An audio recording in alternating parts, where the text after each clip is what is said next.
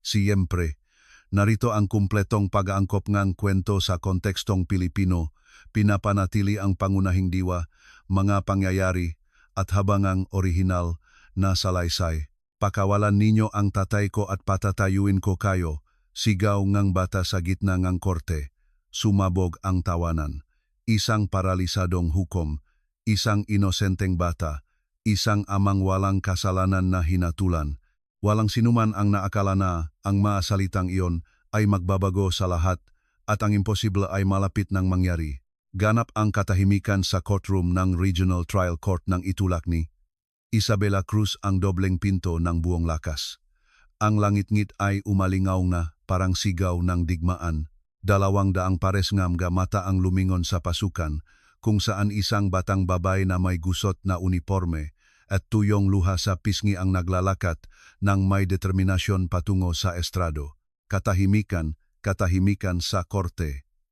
Hinampas ni Hukom Rodrigo Santos ang kanyang gavel sa mesa, bahagyang umalatiit ang kanyang wheelchair habang yumuyuko. Ang kanyang matang kulay abo, pinatigas ng mga dekada sa korte, ay tumitik sa munting nang hihimasok.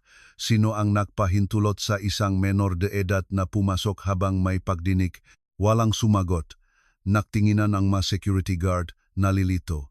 Napakabilis tumakbo ni Isabela na nalampasan niya ang metal detector bago pa siya mapigilan. Sumabog ang bulungan sa silid. Inilabas ng mga mamahayag ang kanilang mga kamera. Nagsimulang magbulungan ang matao sa mga upuan. Sa upuan ng maakusado, biglang itinaas ni Dr. Mateo Cruz ang kanyang ulo. Ang kanyang nga mata ay naktama sa mga mata ng anak. Haggard ang kanyang mukha, may balbas ng ilang araw at may tim na bilog sa ilalim nga mamata na tanda ng isang taong hindi nakakatulog. Sumabog ang bulungan sa silid. Inilabas ng mga mamahayag ang kanilang mga kamera. Nagsimulang magbulungan ang matao sa mga upuan. Sa upuan ng mga akusado, biglang itinaas ni Dr. B. Mateo Cruz ang kanyang ulo. Ang kanyang mamata ay naktama sa mamatang anak. Haggard ang kanyang mukha, may balbas ng ilang araw, at may tim na bilog sa ilalim ng mga mata na tanda ng isang taong hindi nakakatulog. Isabela, wag. Bulong niya ng may desperasyon. Sinusubukang tumayo ngunit pinigilan ng opisyal. Agad na tumayo si Piskal Vargas, inaayos ang kanyang kurbata.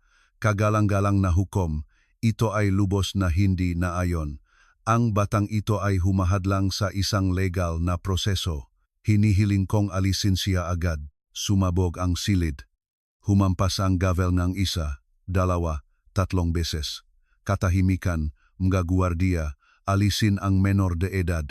2 security guard ang lumapit kay Isabela, ngunit mas mabilis siya. Tumakbo siya diretso sa estrado ng hukom, umiwas sa mga kamay na sumusubok na hulihin siya.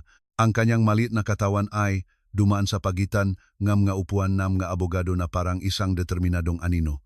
Kagalang-galang na hukom, nagligtas ng buhay ang tatay ko sa buong buhay niya. Sunod-sunod na lumabas ang masalita mula sa kanyang bibig habang dumadaloy ang masariwang luha sa kanyang pisngi. Siya ang pinakamahusay na siruhano sa Philippine General Hospital. Inoprahan niya ang mabata ng walang bayad. Tinutulungan ang lahat. Bata, intindihin mo na ito ay isang korte nga hustisya. Nagsalita si Hukom Santos na may kontrolado ngunit matatag na boses. Ang kanyang makamay ay humihigpit sa mga braso ng kanyang wheelchair. Ang emosyon ay hindi nagbabago sa mga katotohanan.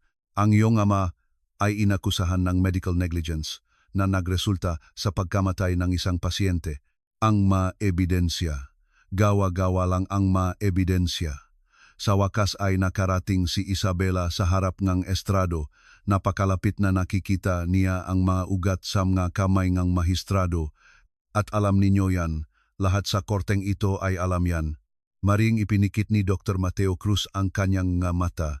Sinisirang kanyang anak ang anumang posibilidad ng apela sa hinaharap. Si Ati Monica Reyes, ang kanyang abogada, ay kinakabahang tumayo. Kagalang-galang na hukom, humihingi akong paumanhin. Ang menor de edad ay halatang na trauma sa Sinasabi ngang menor de edad ang katotohanan.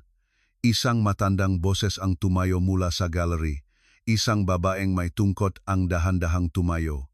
Nasa ospital ako noong gabing iyon. Ginawa ni Dr. Sita Cruz ang lahat nenge makakaya para iligtas ang lalaking iyon. Ginang, maupo kadyo agad o palalabasin kadyo. Utos NG hukom. Ngunit nagsimulang tumayo ang iba. Una ay isa, pagkatapos ay tatlo, pagkatapos ay isang dosenang tao. Buhay ang anak ko dahil kay Dr. Cruz. Inoperahan niya ang asawa ko ng walang bayad. Bayani ang taong yan, hindi kriminal. Galit na humampas ang gaffel. Naktakbuhan ang mga guardiya patungo sa gallery habang nakahari ang gulo. Sa gitnang kaguluhan, sinamantala ni Isabela ang pagkakataon. Umakyat siya sa mga hagdan ng estrado at tumayo diretso sa harap ng wheelchair ni Hukom Santos. Ginoong Hukom, ngayon ay mas mahina ang kanyang boses, ngunit bawat salita ay humiwa sa hangin. Namatay ang nanay ko ilang taon na ang nakalipas. Ang tatay ko na lang ang mayroon ako. Kung hahatulan ninyo siya ngayon, sisirain ninyo ang isang inosenteng pamilya. Tiningnan ni Rodrigo Santos ang bata sa harap niya. Sa isang sandali, may kumislap sa kanyang mga matang kulay abo isang bagay na parang sakit o marahil pagkilala ngunit muling tumigas ang kanyang mukha. Bata, ang hustisya ay hindi nakabatay sa damdamin. Nakabatay ito sa mga katotohanan at ebidensya. At ang ebidensya laban sa iyong ama ay ebidensya. Putol ni Isabela, muling tumataas ang kanyang boses. Nagsasalita kayo nga, ebidensya, samantalang ang sarili ninyong anak ay iniligtas ng aking ama. Nanigas ang buong korte, walang bulungan, walang galaw. Lahat ng mga mata ay napunta sa Hukom na biglang nakbago ang ekspresyon. Namuti ang kanyang mabuko sa paghigpit sa mga braso ng upuan. Ano? Anong sinabi mo? Ang kanyang boses ay lumabas na parang isang magaspang na bulong. Ang anak ninyo, kagalang-galang na Hukom. Inilabas ni Isabela ang isang nakatuping papel mula sa bulsa ang kanyang uniforme. Ilang taon na ang nakalipas, nung bata pa siya, na aksidente siya. Sinabi ng doktor na hindi siya mabubuhay. Ngunit inoperahan siyang tatay ko sa loob ng 11 oras. Walang pahinga, walang pagsuko. Iniligtas niya ang buhay niya. Namutla si Piskal Vargas. Tiningnan ni Ati Reyes si Isabela na nanlalaki ang mga mata. Mula sa kanyang upuan, umiling si Dr. Mateo Cruz. Alam na tumawid na ang kanyang anak sa isang mapanganib na linya. Iyan ay, hindi mahalaga sa kasong ito, utal ng Hukom, ngunit nawala na ang lahat ng autoridad sa kanyang boses. Hindi maaring lumapit pa si Isabela. Hindi maaring maging patas, hindi maaring tingnan ang totoong ebidensya. Nakaupo kayo diyan, hinuhusgahan ang taong nagbalik sa inyong anak, at ngayon ay hahatulan ninyo siya para sa isang bagay na hindi niya ginawa. Bata, tumigil ka na. Itinaas ni Hukom Santos ang kamay, namumula ang kanyang mukha. Nasa contempt of court ka na, magwardiya, ngunit napakalayo na ang narating ni Isabela para tumigil. Sa kanyang isip bata, iisa lang ang paraan para maintindihan ng taong ito. Tiningnan niya ang wheelchair, ang mga mata ng Hukom, at pagkatapos ay binigas ang mga salitang magbabago sa lahat. Pakawalan ninyo ang tatay ko at patatayuin ko kayo. Ang katahimikang sumunod ay ganap, at pagkatapos na parabang may nagbukas ngang isang trangka, sumabog ang tawanan sa buong silid, tumatawa ang mga abogado, ang mamamahayag, ang publiko. Narinig mo ba yon? Bulong ng isang mamahayag, patatayuin niya ang Hukom. Front page material ito. Kawawang bata, desperado na, komento ni Gran, isang babay. Nagbigay ngang isang malupit na ngiti si Piskal Vargas. Kagalang-galang na Hukom, sa tingin ko ipinapakita ng eksenang ito ang hindi matatag na estado ng pag-isip na nakapalibot sa pamilya ng akusado. Maging si Ati Reyes ay napapikit sa frustrasyon. Ang kanyang kaso na mahina na ay naging isang katatawanan. Ngunit si Isabela ay hindi umatras, hindi siya umiyak, hindi siya yumuko. Hindi kayo naniniwala sa akin, simpleng sabi niya, nakatingin diretso sa mga mata ni Hukom Santos. Lahat kayo ay tumatawa, ngunit may alam ako na hindi ninyo alam. At ano iyon, bata? Pagod na tanong ng Hukom. Ano ang alam mo na hindi namin alam? Yumuko si Isabela, napakalapit na tanging ang Hukom ang malinaw na makakarinig. Alam ko pong kaya ninyong maglakad. Ang masalita ay bumaksak na parang isang tahimik na bomba. Nagbago ang mukha ni Hukom Rodrigo Santos. Nawala ang lahat ng kulay sa kanyang balat. Nagsimulang manginig ang kanyang makamay. Nanlaki ang kanyang mga mata sa gulat, takot, at isang bagay na parang purong sindak. Anong sabi mo? Bulong niya. Kaya ninyong maglakad, ulit ni Isabela. Ngayon ay sapat na ang lakas para marinig ng mga pinakamalapit na abogado at kaya ko itong patunayan. Ang korte, na kanina lang ay nagtatawanan, ay ngayon ay nasa isang malalim na katahimikan. Kagalang-galang na hukom, katawa-tawa ito, tumalon si Piskal Vargas, gumagawa ng mga walang basehang akusasyon ang bata, ngunit hindi sumagot si Hukom Santos. Nakatitig siya kay Isabela na parang nakakita ng multo.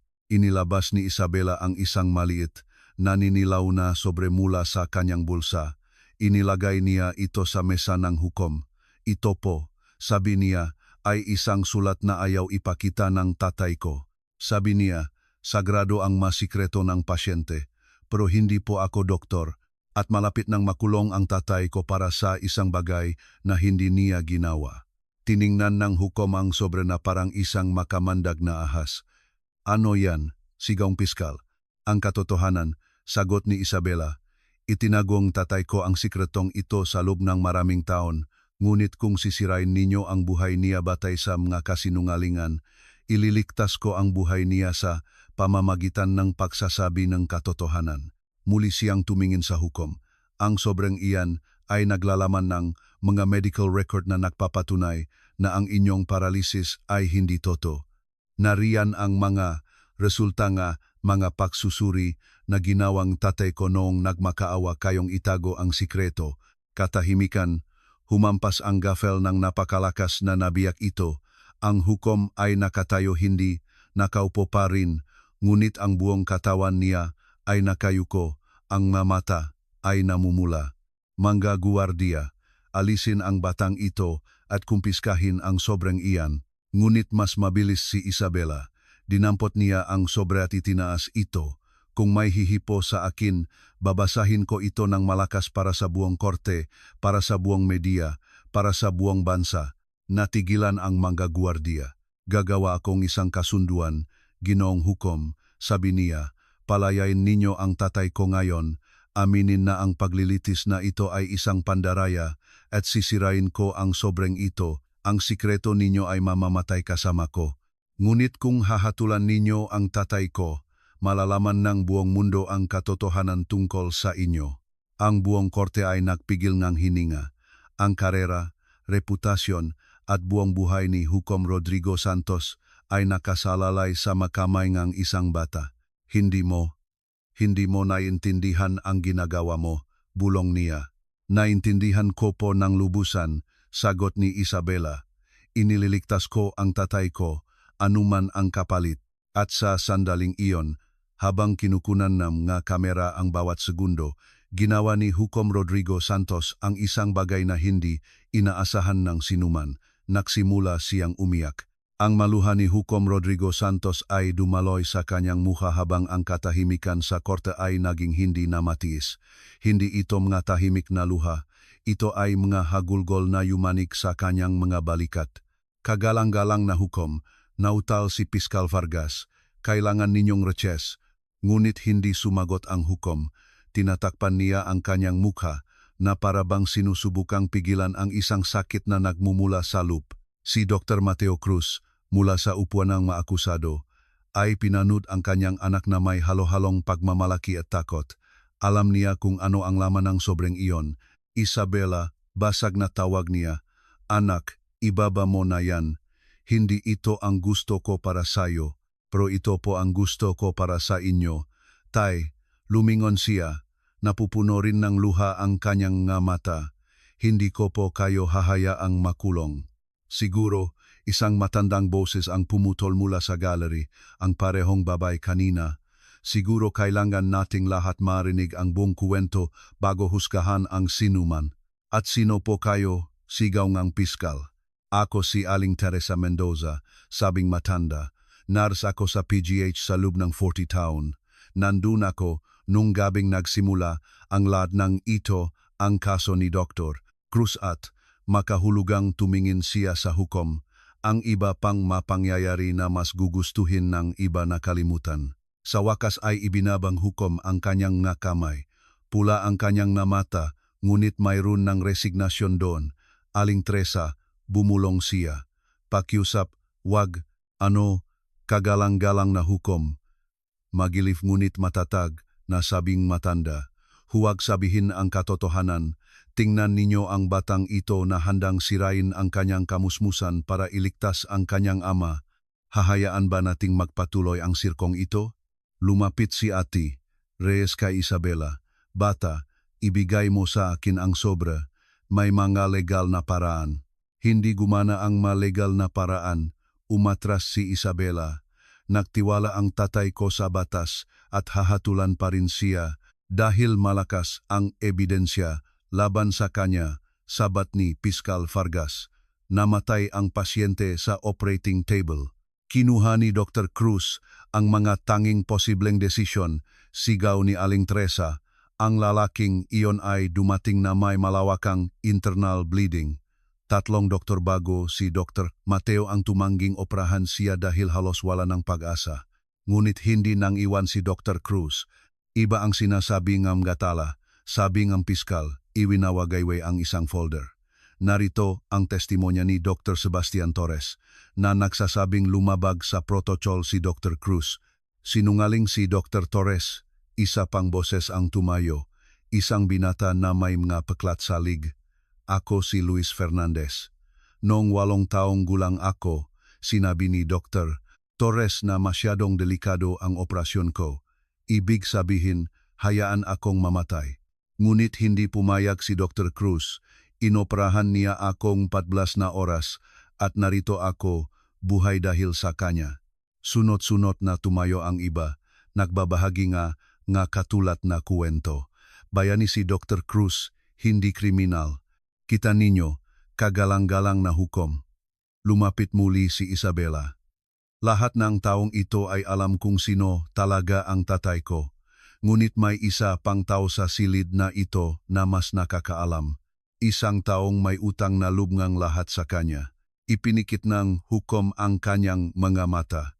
Pakiusap, bata, wag mo nang gawin ito. Kung gayon, gawin ninyo ang tama.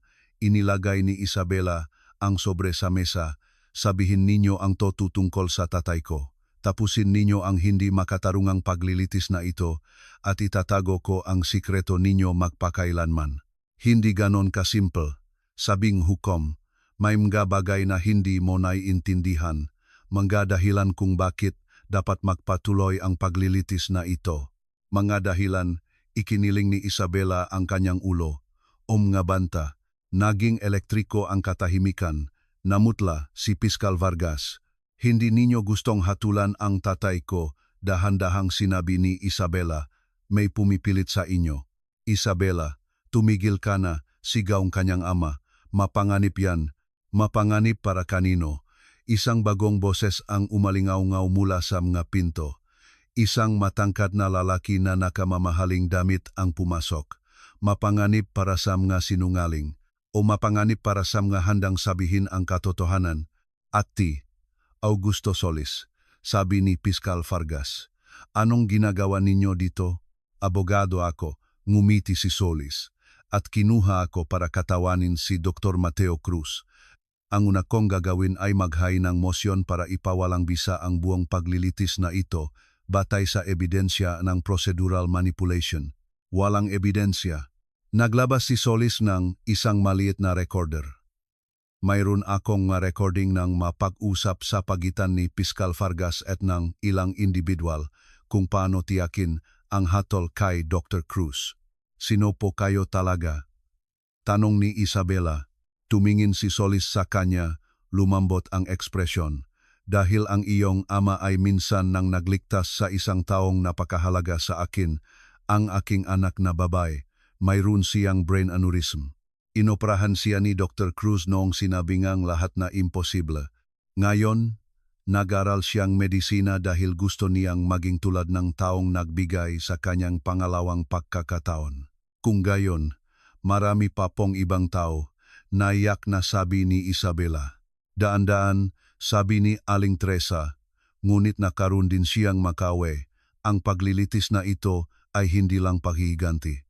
Isa itong mensahe sa lahat ng mga doktor na inuuna ang kanilang mga pasyente kaysa sa kita. Kagalang-galang na hukom, sabi ni Solis, kailangan ninyong magpasya. Hahayaan ba ninyong lumabas ang katotohanan o magpapatuloy kayo sa pagiging bahaging farsang ito? Sa wakas, nagsalita ang hukom. Ang kanyang mamata ay nakatuon kay Dr. Mateo Cruz. Dr. Cruz, iniligtas ninyo ang aking anak. Pagkatapos ngang operasyon, pribado kayong bumisita sa akin. Ipinakita ninyo sa akin ang isang bagay na natuklasan ninyo na ang aking paralisis ay may mga hindi pagkakapare-pareho. Ipinakita ninyo ang mga pag-aaral na nagmumungkahina sa tamang paggamot. Maaari akong muling maglakad. Ngunit ipinaliwanag din ninyo kung bakit kailangan itong manatiling sikreto, sabi ni Solis. Dahil kung malaman ng mundo, mawawala ang inyong trabaho, ang inyong reputasyon. Hindi lang iyon, aminado ng hukom. Ang katotohanan, pagkatapos ang aking aksidente, nakatanggap ako ng milyon-milyong piso mula sa insurance, batay sa paniniwalang hindi na ako makakalakad. Kung malaman ng mundo, kailangan kong ibalik ang lahat ng pera-perang ginastos ko na para sa pagpapagamot ng aking anak. Kaya itinago ni Dr. Cruz ang sikreto ninyo, sabi ni Isabela, para protektahan ang pamilya ninyo. Tumango ang hukom at nangako akong tutulungan ko siya balang araw. Kung gayon, tulungan ninyo siya. Ngayon na, inilagay ni Isabela ang sobresama kamay ng hukom, maging makatarungan kayo. Kinuha ni Rodrigo Santos ang sobre, tiningnan niya ito, at pagkatapos sa harap ng lahat, pinunit niya ito. Ang sikretong ito, matatag niyang sinabi, ay mamamatay dito at ngayon, dahil naiintindihan kong may mga katotohanang mas mahalaga. Tama ka, bata. Ang paglilitis na ito ay isang farsa, at naging duwag ako. Lumingon siya sa piskal. Piskal, ang inyong kaso ay kinuwestiyon nga maraming testigo. At kung may ebidensya si Atti, Solis nga manipulasyon. Hindi ninyo maring basta na lang i-dismiss ang isang kaso, sigaw ni Vargas. Ang maalituntunin ay umiral para pagsilbihan ang hustisya, hindi para hadlangan ito, itinaas ang hukom ang kanyang gavel. Ang paglilitis na ito ay sinuspinda hanggang sa magkaroon ng isang buong investigasyon sa mga alegasyon ng procedural manipulation at gawa-gawang ebidensya. Bumagsak ang keul, sumabo ang kod. Sa gitnang kaguluhan, tumakbo si Isabela sa kanyang ama. Ginawa mo, matapang kong anak, bulong ni Mateo, niyakap siya. Hindi po, tay, humagulgol siya, kayo po ang gumawa. Iniligtas ninyo ang hukom, iniligtas ninyo ang lahat. Tiniyak ko lang po na maalala nila, ngunit habang makayakap sila, walang nakapansin sa isang madilim na anyo sa likuran, nagre-record ng bawat salita. Ang paglilitis ay nasuspinde, ngunit ang digmaan ay nagsisimula pa lamang. Paglabas nilang korte, sinalubong silang mga mamahayag. Inilayo sila ni Ati, Solis at isinakay sa isang itim na sasakyan. Tapos na ba talaga, tay? Tanong ni Isabela, ngunit alam nilang lahat na nagsisimula pa lang ito. Dinala sila ni Solis sa isang ligtas na lugar, isang pribadong opisina ng investigasyon. Kailangan ninyong makita ito, sabi niya. Ito ay magbabago sa lahat ng alam ninyo tungkol sa kasong ito. Sa loop, isang babae na nagngangalang Valeria Ochoa, isang pribadong investigador, ang naghihintay. Ipinakita niya sa kanila ang isang larawan sa screen. Kinikilala ninyo ba ang taong ito, Dr. Cruz? Nanlamig si Mateo. Si Edmundo Cortez, CEO ni Phoenix Laboratories. Eksakto, sabi ni Valeria, ang pinakamalaking kumpanya ng gamot sa bansa at ang iyong numero 1 kaaway. Bakit gugustuhing saktan ng isang may-ari ng botika ang tatay ko? Tanong ni Isabela. Dahil matagal nang natuklasan ng tatay mo ang isang kahindik-hindik na bagay, paliwanag ni Valeria. Ang Phoenix Laboratories ay nagbebenta ng madepektibong gamot sa mga pampublikong ospital, mga gamot na hindi gumagana. Sinubukan kong isumbong ito, mapait na sabi ni Mateo, ngunit ako ang inakusahan ng paninirang puri. Ngunit hindi ka talaga tumihil, hindi ba, sabi ni Solis. Nakpatuloy kang makdokumento. Naalaman ito ni Edmundo Cortez. Kailangan ka niyang patahimikin hindi sa pamamagitan ng karahasan, kundi sa pamamagitan ng pagsira sa iyong kredibilidad. Ang pasyenteng namatay, sabi ni Isabela, si Ricardo Mendez. Nagtatrabaho siya bilang accountant para sa Phoenix Laboratories. Natuklasan niya ang mairregularidad sa pananalapi. Magtetestiho na sana siya. Hindi siya namatay dahil sa medical negligence, sabi ni Solis. Pinatay siya. At idinisenyo ang lahat para ikaw ang managot. Paano? Tanong ni Mateo. Si Mendez ay dumating sa ospital na may internal bleeding. Paliwanag ni Valeria. Ang kanyang blood test ay minanipula para itago na nilason siya nga isang napakalakas na antikoagulan. Nang oprahan mo siya, imposible nang pigilan ang pagdurugo. At si Dr. Sebastian Torres, patuloy niya, ang iyong kasamaan na tumestigo laban sa iyo. Nakatanggap siyang 2 milyong piso sa isang offshore account mula sa isang subsidiary ng Phoenix Laboratories. Kung gayon, sinungaling ang doktor na iyon, walang kasalanan ang tatay ko, sigaw ni Isabela. Ganap, sabi ni Solis, ngunit mahirap itong patunayan. Si Cortez ay may malalalim na koneksyon. Habang nag-usap sila, pumasok si Hukom Rodrigo Santos. Hindi na siya naka-wheelchair, nakatayo siya, nakasandal sa mga saklay. Lalaban ako, sabi niya. Sinabi sa akin ng iyong ama, Dr. Cruz, na kaya kong maglakad. Ang trauma ng aksidente ang nagkulong sa akin sa silya, ngunit isang matapang na bata ang nakpakita sa akin kung ano ang tunay na tapang. Nakpakita siya nga, isang sobre. Natanggap ko ito ngayon, isang larawan ng kanyang anak, na may pulang target na iginuhit sa ulo. Tinawagan ako ni Cortez. Sinabi niya na kung hindi kita hahatulan sa bagong paglilitis, magbabayat ang pamilya ko. Ano ang isinagot ninyo? Sinabi kong pumunta siya sa impyerno, sabi ni Santos. Pagod na akong maging puppet niya, testigo ako. Habang nagplano sila, isang tawag ang dumating. Ang kontak ko sa pulisya, sabi ni Valeria, namumutla. Nag-issue sila ng arrest warrant para kay Dr. Cruz. Paglabak daw sa parole. Palabas na raw sila ng Maynila nang walang pahintulot. Ngunit hindi ako umalis, sabi ni Mateo. Nagsimulang marinig ang masirena. Kailangan nating umalis, sabi ni Solis. Itinutulak si Mateo sa isang pinto sa likod. Hindi, sigaw ni Isabela. Hindi tayo tatakbo. Kung takot ang gusto niya, ibibigay natin sa kanya ang takot. Gagamitin natin ang ebidensya, ang testigo. Gagamitin natin ang katotohanan. Isang plano ang nabuo mapanganib, ngunit ito lang ang kanilang pag-asa. Naiwan si Hukom Santos sa silid. Tumayo siya, walang saklay. Para sa aking anak, bulong niya, at para sa lahat ng mga batang karapat-dapat sa isang mas mabuting mundo, sa kanyang marangyang opisina, narinig ni Edmundo Cortez na nakatakas si Dr. Cruz. Perpekto, sabi niya, isa na siyang takas. Mas madali na ito, tumawag siya sa isa pang numero. Isagawa ang plan B. Oras na para matutunan ng munting Isabela kung ano ang nangyayari sa mga kumakalaban sa akin. Sa isang maliit na apartment kung saan sila naktago, si Isabela ay hindi makatulog. Narinig niyang kausap ng kanyang ama si Aling Teresa sa telepono. Inaayos ang testigo para sa press conference. Biglang, may nabasag na salamin mula sa sala. Sumabog ang mayabag. Ang pinto sa likod, bulong ni Mateo. Itinutulak si Isabela sa balkonahe. Bumaba ka, tumakbo ka sa kapihan, hanapin mo si Aling Claudia, bumukas ang pinto ni Gisilid. Tatlong lalaking nakabonet. Dr. Mateo Cruz, sabi ni Giza, gusto kang kausaping ni Ginoong Cortez. Habang kinakalatkat nila ang kanyang ama, lumingon ang isa kay Isabela. Ang bata, siya mismo ang kailangan natin para masigurong makikipagtulungan ka. Tumakbo si Isabela. Bumaba siya sa fire escape. Ang maluha ay lumalabo sa kanyang paningin. Isang itim na kotse ang humarang sa kanyang daan. Binuhat siyang malalakas na braso.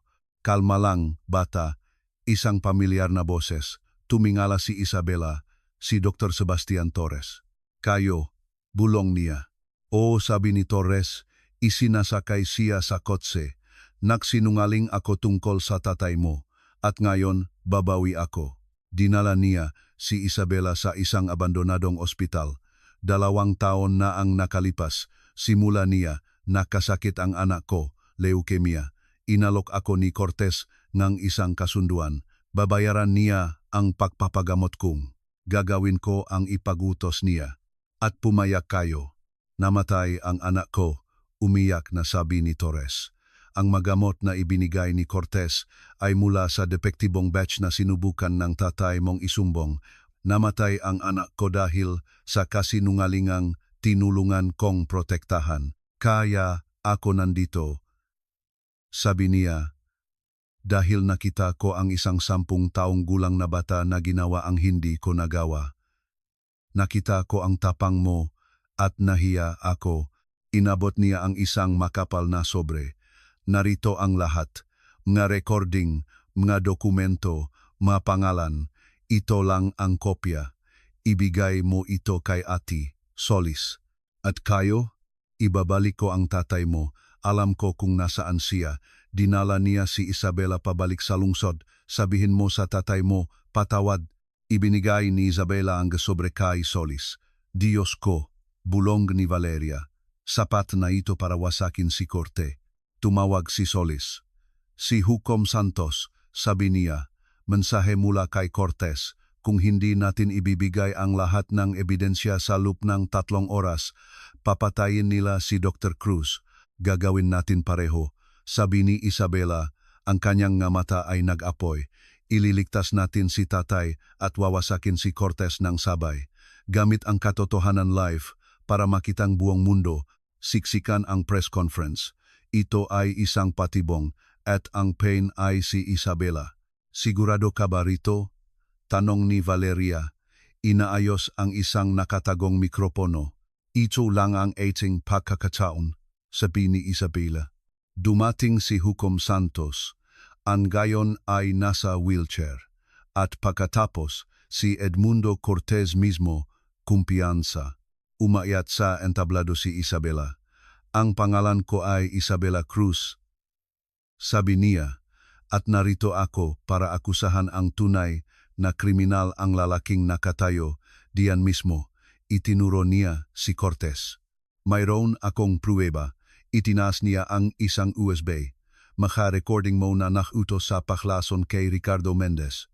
Umakyat si Dr. Torres sa entablado. Ako mismo ang nag-record, sabi niya. At 37 pang doktor ang handang tumestigo. Sumunod si Hukom Santos. Testigo ako sa mga banta na natanggap ko para hatulan si Dr. Cruz. Sumabog ang kaguluhan. Biglang, sa isang screen sa gilid, isang live video feed ang lumitaw.